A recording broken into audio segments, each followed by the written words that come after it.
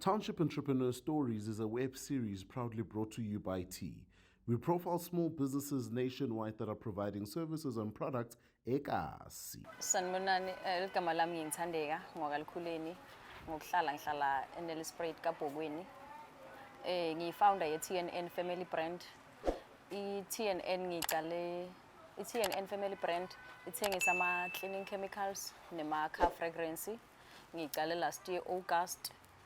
The reason ngiqale le business kungoba around Nelspruit abekho abantu laba manufacture ma-car perfume.